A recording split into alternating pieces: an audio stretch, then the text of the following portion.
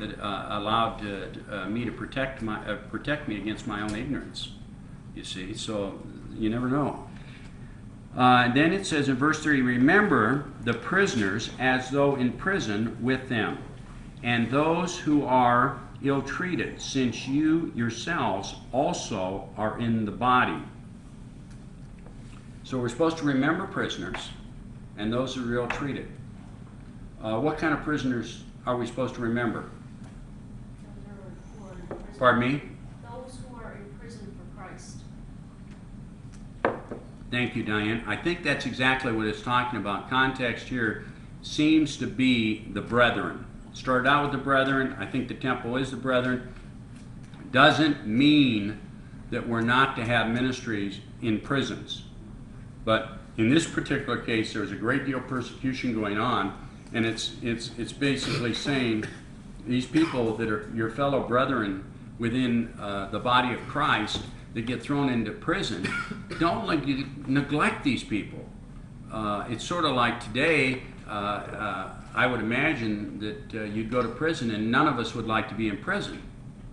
But we would probably think that we were in some luxurious hotel in a prison today compared to how the prison that he's talking about.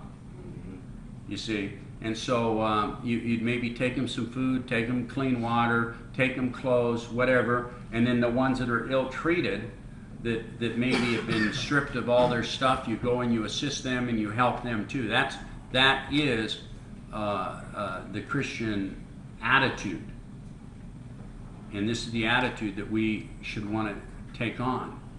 Now, does that mean that every person that we come in contact with as Christians, we need to help?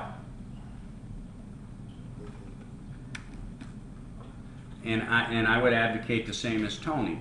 It doesn't mean that everyone that passes our way, we need to help.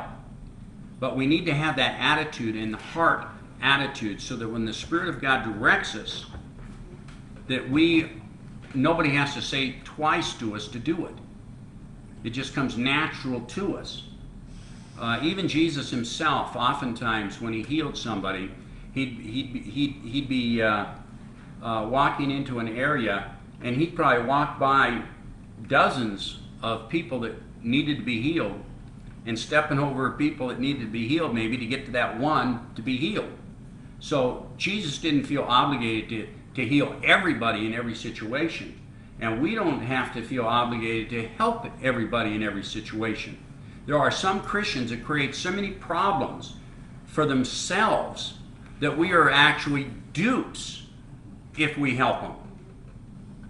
They need to learn they need to learn to seek the wisdom of God and not make so many consistent mistakes and mistakes and mistakes. And oftentimes, when you attempt to solve everyone's problems for them, they actually, you're really doing them an injustice. I remember a case, I don't know if I told this in this Bible study or not, and it wouldn't have been in this location, it would have been back at the Luke's other house. But we met these people hitchhiking down the street one day, on Thanksgiving I think it was, and there was a guy, a gal, and their baby. And we pick them up, and we go back over their house, and we lead them to the Lord. Myself, another guy, I believe in a girl. We lead these people to the Lord. And they weren't like derelicts, or they were both intelligent people and together, but they were living in this small apartment, and they'd come from New Jersey or somewhere back east, and they didn't have a lot of money. And one thing led to another over the next few years, and these people actually end up with no money at all and no place to stay. But we had developed a very good friendship with them and had Bible studies with them and that. And so when they got in this situation, naturally I said, well, come over to my place. Well, they came over to my place and parked themselves there. And, I was really, I'm trying to be a nice guy. After a year, you kind of think maybe,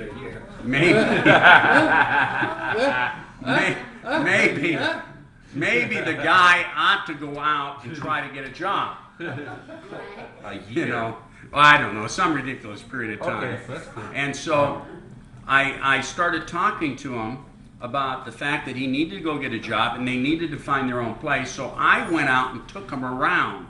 Now here you've got these people, they've got nothing. And we're going to figure it out how they can get their apartment, and I'm going to help them financially, whatever it takes to get them out of my house.